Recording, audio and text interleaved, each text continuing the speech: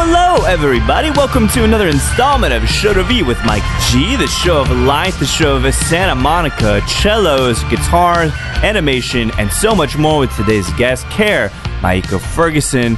Nice to announce today, if she has not already, that the sister space of the Roosevelt Room in downtown Austin is open and opening, called the Eleanor, and Caer will build a great team over there and be running that spot for Mr. Dennis Gobus and Justin Lavenue. Great talent over there, and it's great to hear Caer's story, how she, in a way, stumbled into the hospitality industry in Boston and how things have never been the same since. So I hope you guys enjoyed this great conversation with Caer Maiko Ferguson.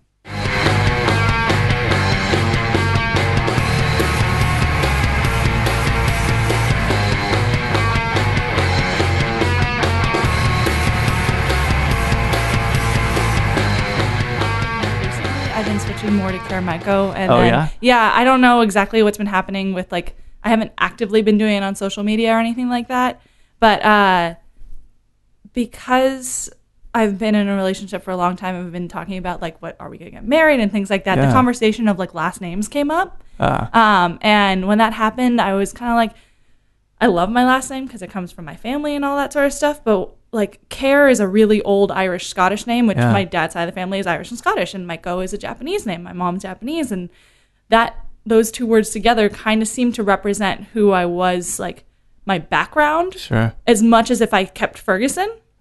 And so I was like, well, I don't know if I'll take my boyfriend's last name when we get married, or if I'm gonna keep mine or hyphenate or whatever, all that craziness. But I feel like professionally, just to keep it consistent, if I start going by Caer Maiko, then there won't be a weird jump if I decide to do that.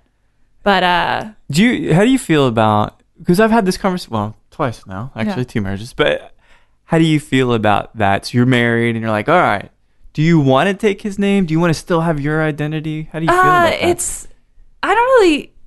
I don't care so much about the identity thing. Like I said, I feel like I have a very distinct name. I have a very distinct person already. I like the Ferguson part is cool, but I don't need that. It's more about like the equality thing that, a little bit of my raging feminist inside is going to be like, is that fair? Right. It's not fair. It's just definitely simply not. isn't. But like at the same time, I do like the idea of having the same last name as someone, but then you start hyphenating, and how complicated does that get? And then if you have kids, do they have your last name? Yeah, it's a whole complicated thing. I think it's like a person-to-person, situation-to-situation. I just, I don't like my last name all that much, although it's defined me. It's kind of a weird one, but I definitely don't think I could pull off Cantu. Okay. Right, which is my last name. Like, I'm changing things just a little bit. I like it. Mike Cantu. I mean, it sounds like a porno name, frankly. That's a really good name. It's not bad, right? Ooh. Michael, I don't know, but I don't know. That's one of the reasons why I'm kind of okay with taking my boyfriend's last name, because his last name is McCracken. Oh, that's good. It's solid. My name would be Caer Maiko McCracken. That's a badass name. Syllabic. Yeah, exactly. There's something about like alliteration between middle name and last name that I feel like is always good.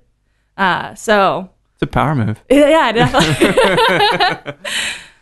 You can definitely, you can parlay that into something. We'll see. But in the meantime, if professionally, I just keep going with the Caer Maiko thing. Like I'll still say Caer Maiko Ferguson on like anything official and things like that. But any online handles or business cards or things like that, sticking to that, I feel like it works. That's good. I like it. I mean, it is, like you said, you're really like at this intersection of two interesting cultures. Yeah. Japanese, Scottish, Irish. Yeah. I mean, shit. What does that even mean? I drink a lot of whiskey. See, there you go. And luckily, the Japanese whiskey is a massive thing. Yeah, it's huge right now. It's great. Finally. Yeah. After all of these years. So this story, though, for you as an artist, the core of it is you're a California girl. Is that fair? Mm-hmm. Grew up Santa Monica or Santa LA, Monica, right? LA, beachy, pretty everywhere, sunshine. Because I'm curious. Most people, obviously, that I've known from LA, their folks are in the entertainment industry. Was that the same thing for you? My dad worked in music for a very long time. Yeah. He had a kind of crazy story where, he went out there and tried to be the artist, and he seemed to just kind of pick up other odd jobs. And then he had a little bit of luck where he ended up producing an album for Warner Brothers with a blues musician that got like Grammy nominated and all this. Shit. Yeah, it was huge. What decade are we talking? We're talking about late 80s, I think. Oh, that's amazing. Yeah. And after that, he, as my dad does, decided to be the artist because that's like his thing. Yeah. He's always going to be the artist. And he stopped working for Warner and working with that guy and tried to do his own thing. And it didn't quite pan out as expected or as he had wished. And so he's kind of continued doing the music thing throughout, but it was never in like such a massive, like publicized way. Like he had a studio while I was growing up, and he's been the stage manager for the Santa Monica Pier concerts for like 10 years or something insane. Cool. Yeah. Music is everywhere. So it's a huge part of your life. Yeah. Like I said, or we talked briefly before this earlier, my little brother's a cellist. He just graduated from UCLA for composition and performance, and I'm pretty sure like all of the family reunions are just as much a concert music like festival thing for us as they are a family reunion. That's kind of incredible. It's pretty fun. How about your mom? Artistic as well? Visually more so. Yeah. My mom doesn't talk a lot about her childhood. She grew up in Japan in like a very rural little section. I think that a lot of it isn't stuff she expects us to relate to, but like things that my dad's told her. She apparently like wrote a piece about a jazz album that she had heard, and it was like in a newspaper in Japan and when she was in high school. Really? Yeah. And then she makes like purses and cards and like all these little crafty things. Yeah. So I don't think she ever expected to be an artist. Like, it wasn't her dream to be an artist. Well, that's not, like, not to even try to understand the Japanese psyche, but this doesn't seem to be a part of the culture. Yeah. Like, just doing the work, being dutiful is more the thing. But the West is where we're all like, we're going to be artists. We're going to be we have the dream. Yeah. The dream. We got stuck with the American dream phrase, and now we're just fucked. But that's a crazy blend, though, again. And so, how many brothers and sisters? Just one brother. Just one brother. Yeah. But artists through and through. Absolutely. When we were little kids, it was actually funny. He was really into visual art, and I was really into music. Okay. And then something switched. I don't know, like middle school, high school, and then I fell in love with visual art, and he fell in love with music. What were you playing? Or was it I was mostly playing violin. Like, I had a band when I was in middle school. No shit. Yeah, there's definitely like a hilarious YouTube or two online of me. Like, why did I find that? I should have dug really deep to try to find that. I don't know if my name's attached to it at all, but I know where to find it. But yeah, it was like, I love music, but it just never really clicked in my brain the same way visual art does. Yeah. And I think it definitely, it taught me certain ways to think, and like I can still look at sheet music and read it in my head and things like that. But I don't know, maybe it was the weird expectation of family members always like, everyone's a musician, you got to be one. Sure. Or maybe it just, everyone's a different kind of learner. I think I'm more visual. Well, it's weird because maybe just shifted as your mind kind of expanded. It's true. Something that's maybe even more tangible, because art's a tangible thing where music is almost theoretical until absolutely. You're playing it, right? So as a kid growing up in Santa Monica, is it as stuffy and rich as one might think, or is it pretty cool? Everybody's creative. There was definitely a stuffy and rich side to it. Yeah. The really cool thing about Santa Monica specifically is that, like, the northern half of the city is pretty rich, and the southern half of the city. How big? Just roughly, how big is Santa Monica? It's like bigger than Austin. No, it's small. It's the coast till like 30 blocks in, and then maybe a little like taller, a little bit wider than that. Okay. But it's not a big space at all. I had a high school teacher who was older, and he was planning to do a walking tour of Santa Monica. He wanted to walk every single block in the city. Wow. It was really cute. That is cool. But yeah, the northern half was a lot of rich families. It was a lot of like, people in the entertainment industry and music and all that sort of stuff. And then the southern half was a lot of people who had lived in Santa Monica since the 70s. Oh, cool. Which my dad was part of that group. And is it that same kind of mentality like old Austin? Yeah, absolutely. There's a little bit like, I've been a beach bum, but like, Right. working the whole time because it's LA for 30 years, and I'm not leaving where I am. That's amazing. Well, they have rent control. Oh shit! I didn't realize Changes the game. Yeah. Oh, I could have never grown up in Santa Monica if we didn't have rent control. No kidding. Yeah, my dad moved there in the 70s, got a tiny little 1-bedroom apartment, never let go of it, would like live in other places, but always like have other people stay there and stuff. And so when I was like in elementary school, I think we were paying like $400 for a 1-bedroom. Oh my gosh! Yeah. That's wow. Yeah, it was kind of sucked because we stayed in that 1-bedroom apartment for a little longer than we probably should have. But because of that, my parents were very like, we're gonna stay here because the public schools were great and like the culture was great, and it was a really good place to grow up for sure.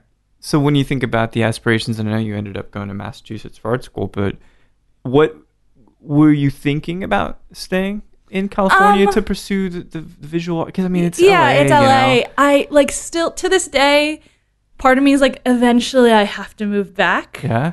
Well, is it tapping you on the shoulder now and again? Every now and again, yeah. It depends on where my career goes. Yeah. Because at this point, I'm doing a lot of visual art stuff and a lot of bar stuff, and someday I might have to focus on one if I'm gonna do exactly what I want to do. Yeah. And if I end up focusing on the visual art stuff, which is mostly animation, probably gonna have to go back. Yeah, exactly. So it's just a matter of how it goes down, I guess. And also my family's out there, and they don't all of them are still out there. Yeah.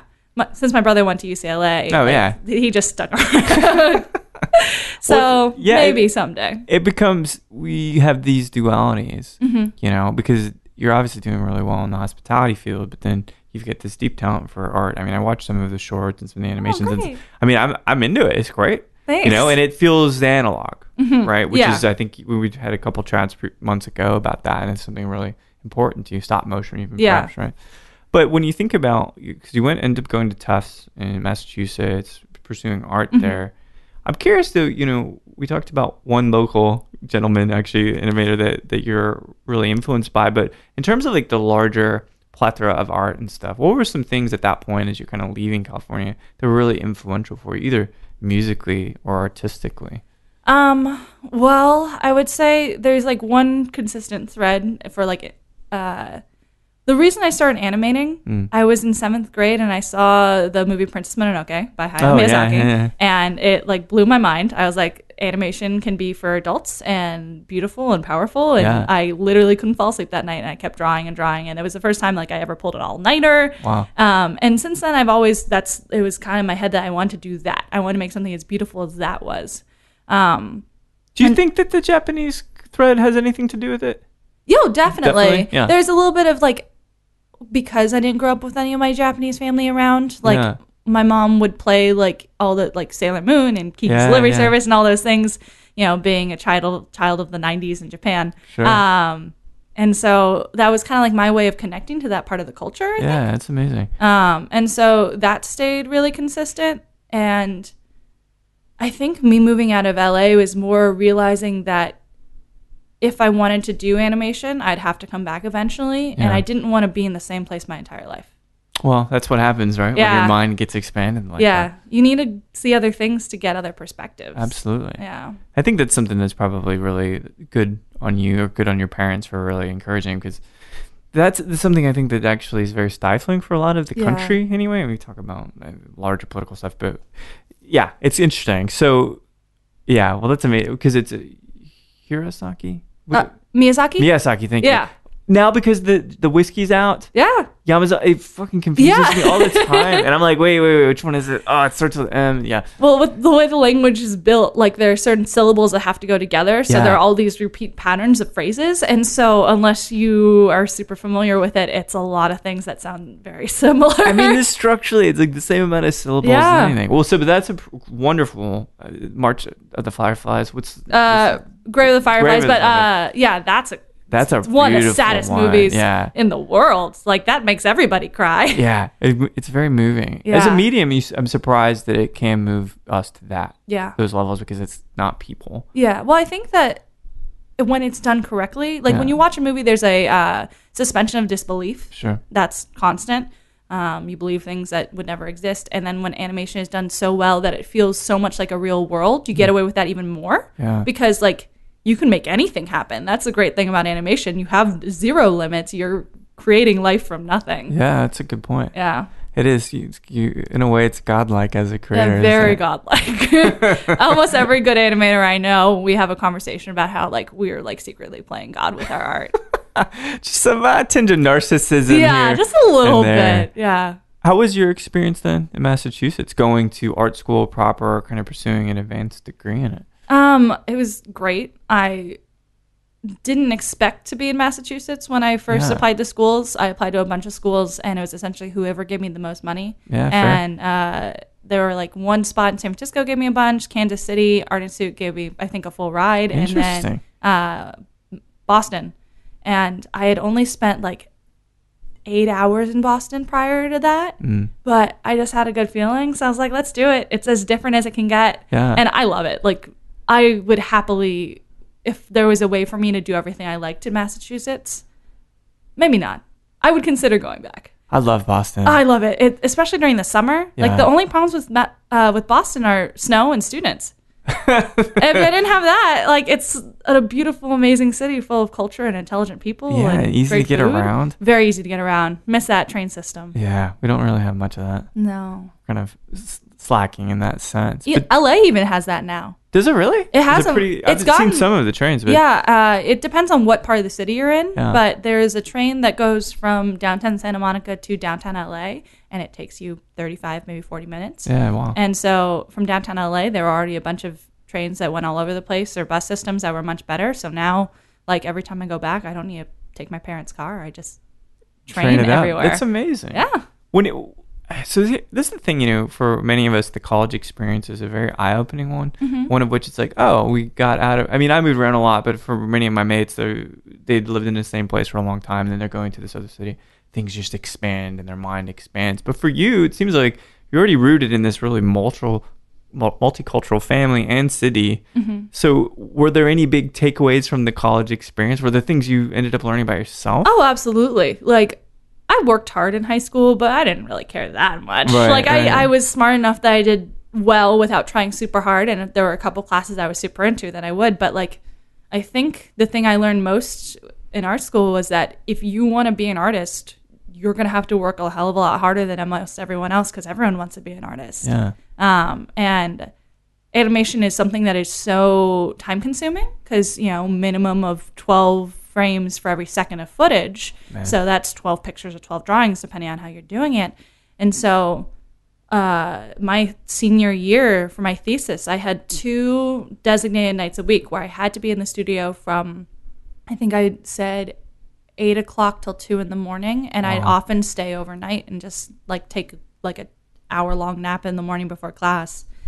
Because if you're going to produce anything, you had to go for that long. Right. You can't just go in for half an hour. Well, it's like mathematically, that's the requirement, right? There's so many frames per second, yeah. And it weeds out a lot of people in the first year, because the animation program there was pretty small. It's mostly a visual arts school, like lots of performance art and sure. More conceptual stuff. But our little film animation program, like, a lot of people take those classes the first year. Who doesn't want to make a cartoon? It's like the coolest thing in the world. Sounds easy. Sounds fun, right? And then you quickly learn in the first couple classes, especially once you get to the classes where you direct yourself. Like, oh wow. Well, because the first couple classes they give you like little assignments here or there, sure. But after the first year, you're like being like, okay, here's my story, here's my storyboard, here's my production schedule, go. So you gotta do everything. Yeah, you had to do it all because it's just yours. Yeah. Because I guess you're the one that has to care. Yeah, exactly. Right? No one else gives a shit. No one else cares. Yeah. Like, you're paying money for college. If you don't like finish your project, that's on you. Yeah. It's like your professors are there to support you, but they can't make you work. They're not your parents. Yeah. You're not at home anymore. So that was the biggest thing, I think, in college. Do you think, like, well, in terms of ambition, right? So we kind of use that word because there is a parallel, right? You seem very ambitious to me, and creative as well. But do you think if you didn't have to do all that stuff by yourself, direct, film so many damn frames, be up at night, take breaks, and then go right back into work, that you would be as driven now? No, not at all. Because at this point, like, I've learned that if I put like thousands of hours into a project, I get a film. Like, a tangible thing, right? Exactly. And a lot of people don't necessarily get to that point. Like, even if you go to school for animation or film, like, a lot of people end up going into, like, I'm just going to be a gaffer, I'm just going to be a DP or things like that. But with my program, I made my own short, and my short went to festivals, and at festivals I won awards, and it was just like this thing where, you know, I made this thing, and it's my baby, and now it's succeeding. And so now in my head, I'm sure there's this thing that equates like hard work equals good things. Totally. After like 2 years of going through that process with that one film, and definitely even before that, it's the most amazing thing. The first time you make an animation where something like really looks alive, like you're like, wait, that's not a drawing. That looks like a living thing. So the Frankenstein complex. Oh yeah, God, so many complexes. Well, artists, man, it's not really true. Not a big that's our surprise, deal. right? Yeah, it is. It's in the DNA of that. Yeah. So yeah, I think that's where it's kind of come across and grown to. It seems like a nice gauntlet to go through to kind of prepare you for these other ways to use that same mindset. Which then begs the question: when you wrapped school and you're thinking, all right, I'm gonna go do X, whether that's hospitality, whether that is making films, animated shorts, animated full length, like where were you at? Were you thinking I'm gonna do this thing for sure? I think at that point I was really still focusing on that one thesis film, because if that thesis film hadn't gone into any festivals or anything like that, it would have just been done and I would have started applying for jobs. The first thing I did out of college, I was teaching at an arts camp that I ended up teaching at for like 5 years. And it was great. Yeah. So you stuck around for a bit. Yeah, I was in Massachusetts for 2.5 years after I ended college. And then actually there was one summer where I was in Austin where I went back to Massachusetts just to teach art. No kidding. Yeah, they offered me. So you just loved the. Oh yeah. Well, I was with these kids from like ages 8 through 12. Oh. And like some of them started earlier, but there was a solid core group of them that I've known every year. And this year I only got to go back to visit. I can't go back to teach every year. It's not plausible. But it's so cool to see that change. Cool. Oh yeah. Like watching kids become amazing artists, or like seeing kids with so much potential and how they grow. It's amazing. It's rewarding. It's very rewarding. It's like all of the great things about having a kid without any of the bad things. Yeah, exactly. Right? I don't have to pay for them. I don't have to smell them all the time. Yeah. And I get to see them become succeed more and, inquisitive and like all the questions. Yeah. Watching them become little adults is really nice. That is gotta be pretty rewarding. Also, it was nice to only do it for like 2 months out of the year. Because like I like teaching, but it's exhausting. Yeah. It takes so much effort, and as you've probably realized, everything I do, I put like 1,000,000,000% of myself into it. And so like the amount of energy I would put into teaching, like at the end of the day, I'd be so exhausted. Just spent. Yeah, just completely spent. But it was always worth it.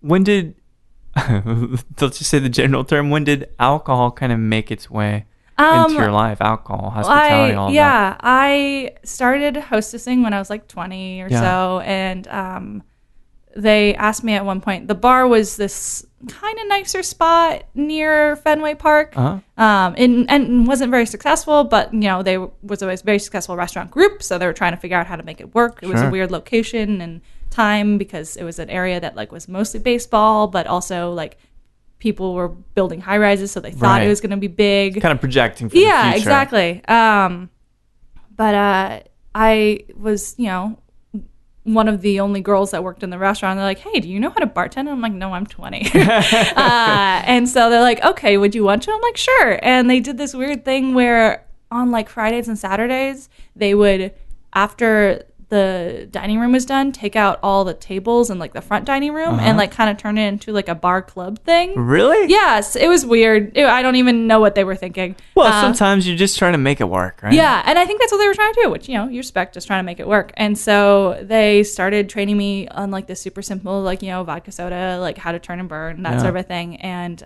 but the menu itself during actual service and during the restaurant hours was very classics, like, you know, old fashions, and there was a blood and sand and things that were more traditional. And so I had to learn those, and then I ended up being a lot better than any of us really expected me to be. Why? What do you think that is? I'm not sure. I'm good at memorizing, and good helps. at details and multitasking, and those are like, you know, it's essential. Yeah, those are the things that if you can run all those different parts of a bar at once, it works out pretty well. Yeah. And so I started doing that. And my last year of college, I was just bartending on weekends because, you know, the money was way too good not to. And you know, I kept going. I love playing with flavors, and from the beginning, I loved playing with cocktails and things like that. But I never really thought it would necessarily go this far. Yeah. Like, I was serious about it. Like, there were some things I studied and was all about when I was in Boston, but it wasn't until Austin that I realized, oh wait, like this is something that like I really care about and that I can do crazy stuff with. Yeah. So well, it appeals to the creative side. Absolutely. Because there's always somewhere on the horizon, there's a combination that someone never worked with before. Mm-hmm. And that's kind of appealing, right? To be able to innovate, but and also to have something tangible again, like a film, right? Yeah, exactly. Which is kind of interesting. When we talk about alcohol, though, early on, was it a piece of the family? Did they drink kind of casually? Not really. No? Like the only part, my mom and my brother are those kind of people that, you know, they got that Asian genetic thing where as soon as they have like 3 sips of alcohol, they're bright red. Yeah, I've just reading about that. Yeah, my brother, every time we go drinking, he takes Pepsid beforehand. There's this weird thing where there's certain things you can take that will either help your complexion or help the like feeling of it's like a different way that you break down alcohol in your body. No way. Yeah, it's wild. That's so wild. Pepsid? Oh wow. I think that's what it is. No, I believe I might be wrong. I don't know. No, but yeah, he always takes this like something before we go out, and that's the only time where he doesn't get messed up really fast. No, but also I've been trying to figure out what exactly does it because like. I brought him out to like real bars for the first time this past year. Mm-hmm. And like, I was like, okay, you're going to have like tequila this way or rum this way and whiskey this way, and trying to figure out like what exactly like sets him off. Right. You're like trying to problem solve. Yeah, it's fun. But because of that, they never drank. My dad always had like a little bit of alcohol in the house. I remember the first time I ever tasted alcohol, I was like, you know, in middle school or something like that. My dad's like, have you ever tried anything? I was like, nope. And he handed me a tiny, tiny sliver of Jameson 12-year with a little bit of water in it. Oh, man. And I tasted it, and I told him it tasted like pears and expo marker. See, that's a pretty astute observation. Yeah, right? Now looking back, I'm like, you had some good buds even back then.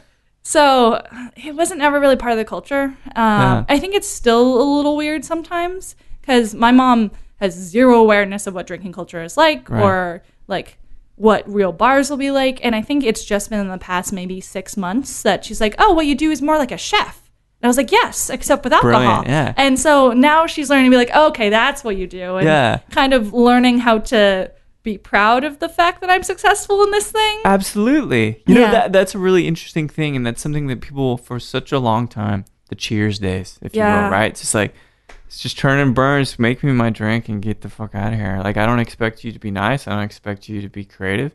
I don't expect you to be making a great living at this. But now, because food, because of the cocktail reemergence, right?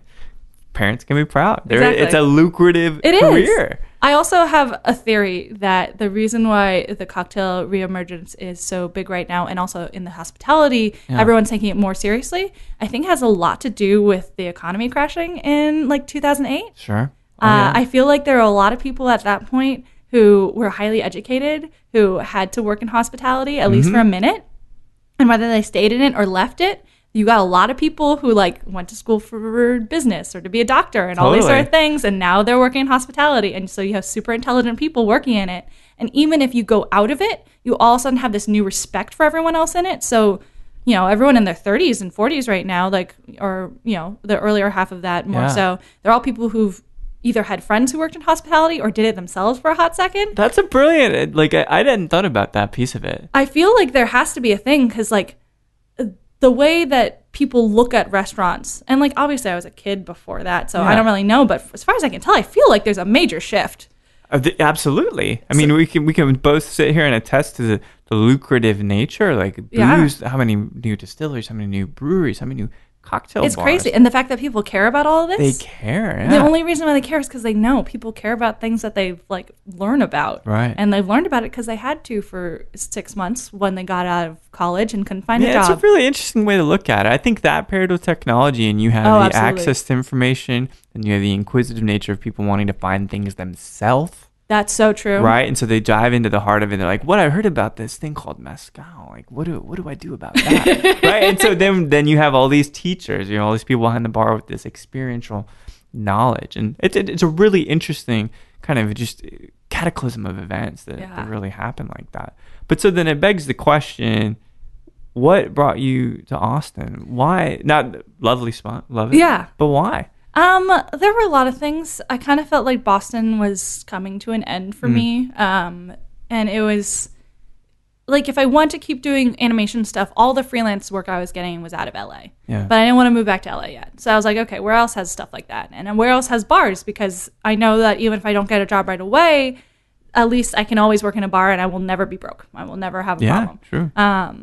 And my boyfriend, who I'm still with now. Did you meet him in Massachusetts? Yeah, we went to the same arts program. We studied the same Okay. thing. We basically met each other because we were both the people who were in the studio all the time. So In we the were always trenches. working. Yeah, Yeah. exactly. And we were friends for years before we ever dated. That's amazing. And he has family out here. So he moved out here before I did. And we were like, well, we've been together for a few years and we love each other. Everything's great. But like, we're in our early 20s. Maybe we should see what it's like not to date each other. Yeah.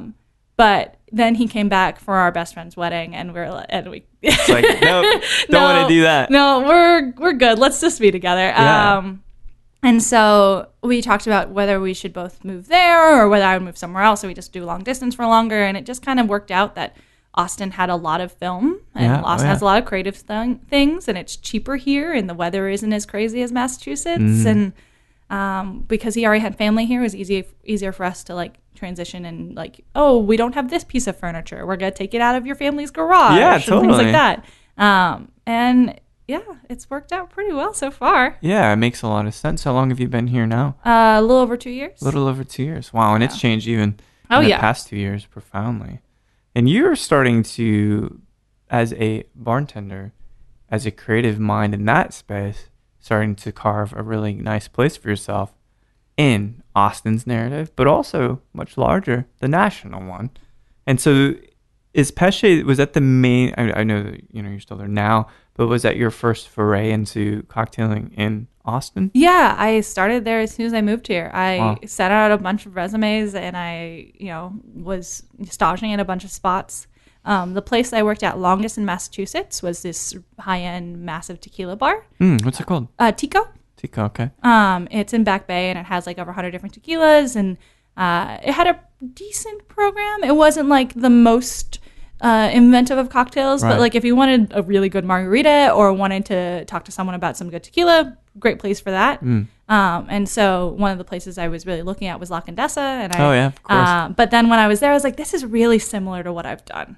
Like I really liked their program, and the food looked amazing, and everyone was nice. But I was like, this is what I know. And the next day, I got a call from Mariko, who was the manager at Peché at the time, and she's like, "Can you come in for a stage?" I'm like, "Sure." And that was completely different from anything I'd ever done, but I was able to do everything they asked me to. Yeah. Like I could like make that basic drink, or if they told me to build something, I could do it exactly how they wanted me to. So it was like, it felt like so much more than I could ever do, but also something that I was completely capable of at the same time. And so I was like, I like learning. Let's do this place. And you're in like the Library of Congress of Bottles downtown, Right? too, right? I mean, you've got everything you can dive into if you need to. It's kind of like an endless like pool of stuff to taste. Yeah. Yeah, it is like having endless colors to paint with. Yeah. You know? It's kind of crazy. It's kind of incredible. Who else was there when you started? It was Mariko. Megan had just left. Oh, okay. I was the new Megan. Oh, nice. And then Michael Childress was there. Charlie Valentine was there. Wow. It was kind of a odd little crew. Yeah. Guy named Renee. I don't know. Renee, what's his last name? God, I can't even remember right now. But it was like a lot of people who are like in the industry, but it wasn't like crazy deep. Like Right. I miss the era of Trey. Or He was, Sheed or Justin or Dennis or They were all before me. Trey was still at Isla at the time, so I got to work with him very, very briefly. And like, I would be going over to get ice, and then he'd lock the door and do a funny little dance in my face, and I just have to stand out there with my ice bucket, just being like, Just got to deal with it. Yep, great Trey, thanks Trey. Time's a ticking here, Trey. Let's get it. I gotta open. It takes a long time to open that bar. But I've definitely still been able to interact with all those people. Yeah. Just because it's like college alumni almost. Right, totally. That's why I mentioned those kind of crowds or those scenes or those niches like within it, because those people go on and they do other things together. Yeah. And they do even greater work, and then they end up working together. And all this stuff starts to kind of really tie together. I think just with a restaurant that's been around for so long and was one of the first to do like that craft thing. Oh yeah, totally. And it's definitely like not what it was when it first started. I feel like every manager I've met has been like, oh yeah, I added to this or I added to that. And we've all been like growing different parts of the program, and it's become this cool amalgamation of like everyone's favorite stuff from all these brilliant bartenders who've now gone on to do other things. It is. I mean, it is a summation of its influences along the way, which is really kind of cool as a director in a sense, right? That you watch all these movies and then you're inspired by them in different ways, and then your vision is unique, but yet this culmination of so many others, like Baby Driver comes to mind, actually. What a good movie. Yeah, right? Yeah. Like, in it, you just think about, God damn, I've seen this all before, but never like this. Exactly. Yeah, well, it's when you have someone who like learned or is a master of like comedic timing and manipulation of like beats, and then they watch like a billion different movies of the past 100 years that have to do with cars or heists or like drama, and there's a lot to pull from. He did a really good job. Yeah, how you make that come together. I mean, I love Edgar Wright deeply. Oh yeah, and incredibly talented and intelligent human, and just seems cool. Yeah, right? He's only like 41. Yeah, when I saw I didn't know he was so young. I saw the little like before Baby Driver videos the Q&A with him. And I was like, that's you? Yeah, he's just a dude. You could be like my friend. Right, exactly. He, a couple people know this, but when Scott Pilgrim came out, I went to the Draft House to see the premiere that they had. And Edgar Wright was there. And he gave every single person a high five in the whole theater. It was one of the greatest, cheesiest moments ever. But it was so funny. That's so great. Because he's just a dude. But he loves movies. He loves it. And that's what comes across. And that's why it's so earnest. Yeah. All the stuff he does. Well, the more movies you watch, the more you understand them. As long as you have a like analytical and critical eye. Yeah, same thing with drinking. Yeah. As weird as that sounds, the more you drink, the more you know about it. Absolutely. If you think about it like that. Exactly. You can drink mindlessly forever. Sure. And that's what many people do, as I'm sure you see. Yeah. So how long, so about 2 years now at Peché, it sounds like some great things are looming in the near future for you. Yeah. So before I ask kind of the token question I ask everybody, what are you up to next? It seems like we're just on the verge of a new opportunity for you, but I don't know what that might be. I know you've been out competing. Yeah, there've been a lot of crazy things happening, and like this past year has been like insane. I didn't know that competitions were a thing, and then I was in one, and then I won it, and now everyone's like, do this, do that, and I've been like doing a bunch of like events, and billions of weird job offers have been coming up, and this is weird to talk about because it's something that I haven't officially announced yet. Yeah, but I'm glad that we get to do this. Yeah, it's a weird thing to say out loud. I am going to be leaving Peché in about a month. Kill it. Well, I think it's probably for a good reason, so I'll say congratulations. Yeah, it is. And I love Peché, and I like every day that I'm there, I'm like, oh God, I'm really going to leave. Yeah. But it's just gotten to a point where I have actually tasted every bottle on the wall. Holy shit, that's incredible. Yeah, and or at least 99% of it. Maybe there's a couple things in the back that I haven't tasted, but I'm pretty sure I have tasted them all. Wow. And I worked on that drinks list Maiko was like, you're the first person I've ever put on their first drinks list. And so I've been on that drinks list since I got there. Wow. And I feel like right now I've been teaching people for the past like 6 months more than I've been learning from people. And as much as that's evolution, yeah, exactly. And I feel like that's great, but I don't know enough to not be learning anymore. Yeah. So I got a number of really exciting conversations with lots of people about, representing or working at different spots. And the one that actually has been most exciting and the one I'm going to be taking is the Roosevelt Room has offered me the bar manager position at the Eleanor. Oh, killer. So I'm going to be essentially like creatively directing a lot of their pop-ups and working still with the whole crew, and I'll probably be bartending a little bit at the Roosevelt Room, but with a little bit more money and a lot more people to kind of show me new stuff and experiment with new things. Get two amazing minds back to beyond there's many others, but Mr. Day and then Alex, of course, they're all fantastic, but like it's been a point for the past few competitions I've done that whenever I find out I get into like a regional or a national or anything like that, the first people I've been texting are like, I've been texting Trey, I've been texting Dennis, I've been texting Justin, and Trey doesn't work anywhere. So it's just been this thing, the more I talk to them, and they're right around the corner from Peché. Sure, I'm over there all the time. We always end up talking about really exciting stuff, and I think they kind of realized that I was a little hungry for learning. It's amazing. And they've been really good. They weren't very pushy. It's been like many months of like, are you interested, maybe? Yeah. What can we do for you? Finding the right position, not just like being like, come work for us. Right. Be focused and have a real strategy behind what you're going to do. Yeah, exactly. That makes a lot of sense. Yeah. How about any brand work? If you consider, I'm sure you've considered that as well. Are you taking any of that on as well? I am not. I have had a number of conversations with people, and obviously the slight legality of certain things is always an issue. The other thing is right now, I don't know, I feel like I'm still like in that competition game and really want to do a lot of other things, and there's a little bit of a weird like representing a brand thing that comes up. I know, it's strange. It's strange. And the other thing is that, like, if I had to brand myself with a singular thing, like there are a few things I'd definitely be interested in. Like at this point, a lot of people know me in Austin as someone who knows a lot about tequila, and like that's definitely part of the thing. And I think Espolón kind of sealed that as being a part of who I am. Right. And I've been invited to join this like tequila society with El Tesoro, cool. which is really exciting. I'm going to go down to Carlos Camareña's like I love house. Carlos, yeah. I've never met him. I'm really excited. Amazing. I love everything he does.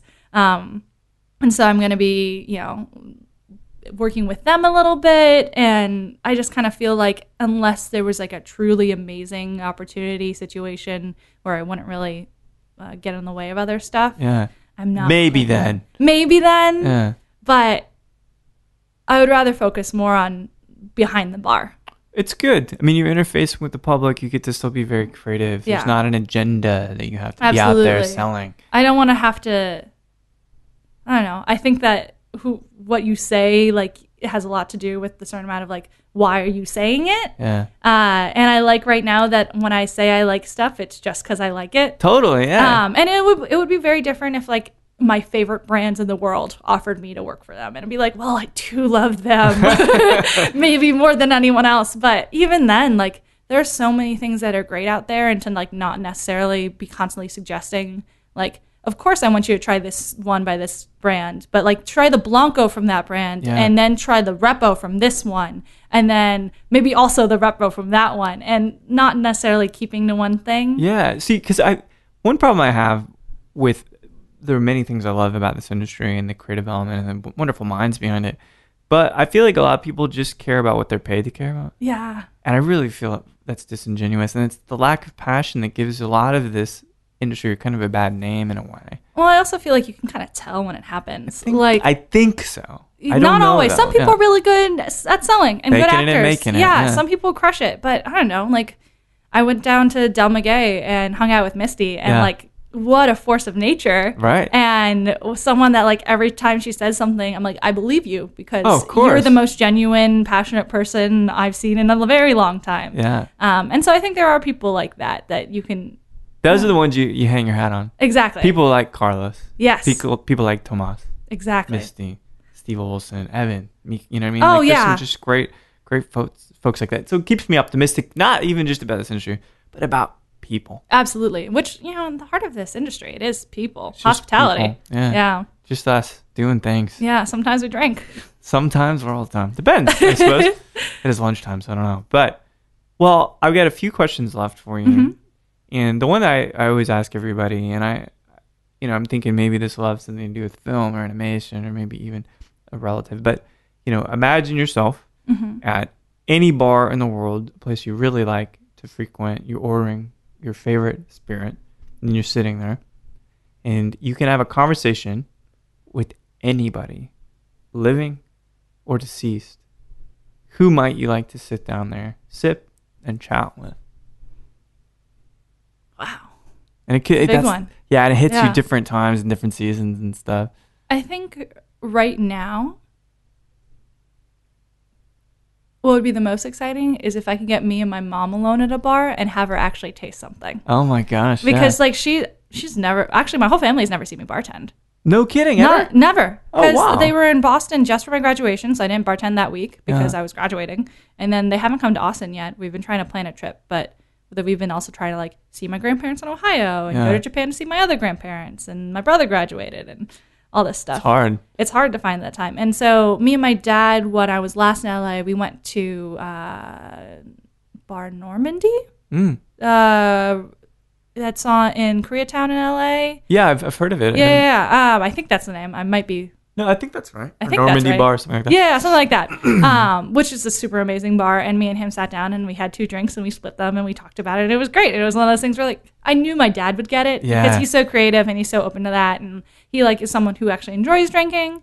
And then I also brought my brother to the Chestnut Club in LA, which is another spot that like it's a little bit of that like everyone there in LA is still drinking the vodka sodas and the tequila shots, but they have a really amazing liquor collection and the bartenders know what's up. So I was able to be like, you're going to have a Siete Leguas Blanco gimlet and things like that. So, you know, I was You want those 2 worlds to intersect. Yeah, the exactly. The past and the present and the future, right? And also it allows them to really understand because like right now I think they get it. That like what I do is really creative and exciting and social and fun and lucrative, but hard to do. But I don't know because my mom does never seen any of that. If I could get her in a real bar and like sit down and if she didn't have trouble drinking so that she could actually drink something and have her taste those things and maybe understand that, I think that would be really exciting for me. Yeah. To make your mom proud. Yeah, in exactly. a sense, right? In a sense. I think we all want it to. Yeah, my mom absolutely. doesn't drink either. My mom doesn't drink. Oh, really? Yeah. She stopped drinking in her 30s, and my dad just recently started drinking wine again. So finally, he and I, in our later years, he's now into his 70s. Like we can sit and drink. And that changed the dynamic a lot. I'm sure. Well, the first time you go to a bar with someone, I don't know. At least for me, I guess it's because we are people who like feel really comfortable in bars. I think so. I think we feel like we've got some insight into it. Yeah. Well, so there are all of these worlds that I kind of see them intersecting, and I see a fork in the road at some point in your future of which you're going to have to make a decision. Although, you know, you can work with filmmaking and animation and the bar community. Absolutely. I want to try to keep them as close together as possible, but there's definitely a looming shadow in the distance of someday do I have to decide. It'll creep up on you. But actually the piece, though, that I'm very interested in is, you'll be creative. You can do that both in film and both in the industry. But it seems like love has really rooted you in part of your journey, as I always appreciate, because love is something that really keeps us grounded typically, you know? Absolutely. What about family and all of that? Like, it seems like maybe, do you want to start a family and have that experience as well? Definitely eventually. Yeah. Like you heard me talk about kids. I love kids. They're the best. And me and my partner are really happy. And, you know, we've been together for a long time. So like we talk about it all the time. Yeah. I mean, you already talked about marriage. Yeah, right? exactly. So, it's one of those things where like we have a car together and cats together. We feel like we're already married. Right. We're really excited to like have a ceremony so we can have a giant party with all our friends and family. Absolutely. Because that's going to be fun. But yeah, there's a little bit of like, especially as a woman, like there's a few things that are slightly different in the having a kid and working in bars, just because, you know, when you're pregnant, you don't really drink. Right. And that's a big shift in like, you know, hours and time and things like that. I feel like I'm far enough away from that I don't have to necessarily make those changes or decisions yet. It's definitely, once again, another shadow looming in the distance. That's right. So yes, it'll happen. And yes, I have to make that decision. I'm really hoping, like right now, my goal is I have like big goals, like big future plans with both the film side and the bar side. And I'm going to keep trying to do both of them until one of them makes it all the way. That's amazing. And then I'm probably going to be exhausted for the next 10 years of my life. But one of them, as long as one of them works out, I will be very, very happy. So hopefully one won't completely get in the way of the other. I don't think that'll happen. I think that I'll always be able to do at least a little bit of the other. It's the point where I start to step back at one. That's going to be really sad. And I do have a feeling that there will be even more unexpected opportunities that come your way. Yeah. And then you'll say, oh shit, well, I didn't even realize this is how things are going to turn out. But it's always great. Yeah. I love, exciting new things. That's why I like moving across the country and stuff like that. It sounds like it. I'm really excited about the Eleanor stuff. And, I love Justin and Dennis, old school brethren, so you're going to have a good time over there. And I'm really excited to see how that transforms. Thank you for letting me tell, you're one of the first people I've told publicly. That's amazing. I really appreciate it. Yeah. Well, I've been trying to keep it quiet because, it's hard. Yeah, it's hard. It's not an easy decision to make. And literally right now I'm thinking about okay, on this day I'm going to tell this person. On this day I have to tell Rob, and I'm going to try not to cry. Oh, man. Well, it's all for a reason. Yeah. And it is the constant evolution of your career as a creative mind and as a professional, right? It's been brilliant chatting with you. I'm so glad we finally got to carve some time out to do this. And I will absolutely come visit. Great. At Peché and in these remaining weeks. And then I'd love to see what you do at the Eleanor. Great. And can't wait to see you. Yeah, it's been great. Thanks so much. Well, there we have it, Caer Maiko Ferguson of Peché. Now, moving on to the Eleanor in downtown Austin. It's great talking to her about the creative process, all of this animation, step by step, using your hands to create something amazing, something tangible. But there's also this other undercurrent, this really strong thread for her of love. It sounds like she's thinking about family. She's thinking about marriage, has been with the same gentleman for quite some time. And these are kinds of challenges, opportunities, questions, I suppose, that we all have to ask ourselves, especially in the hospitality industry. It becomes quite difficult to balance family and a career, all the while trying to balance a social life, health, all of these things. So it becomes increasingly difficult, and especially in Caer's case where she's getting more opportunities, getting more notoriety. I'm curious to see how all of this plays out, and it will be a great thing to watch. So thanks so much chatting with me, Caer. And thank you for listening to Show to V with Mike G.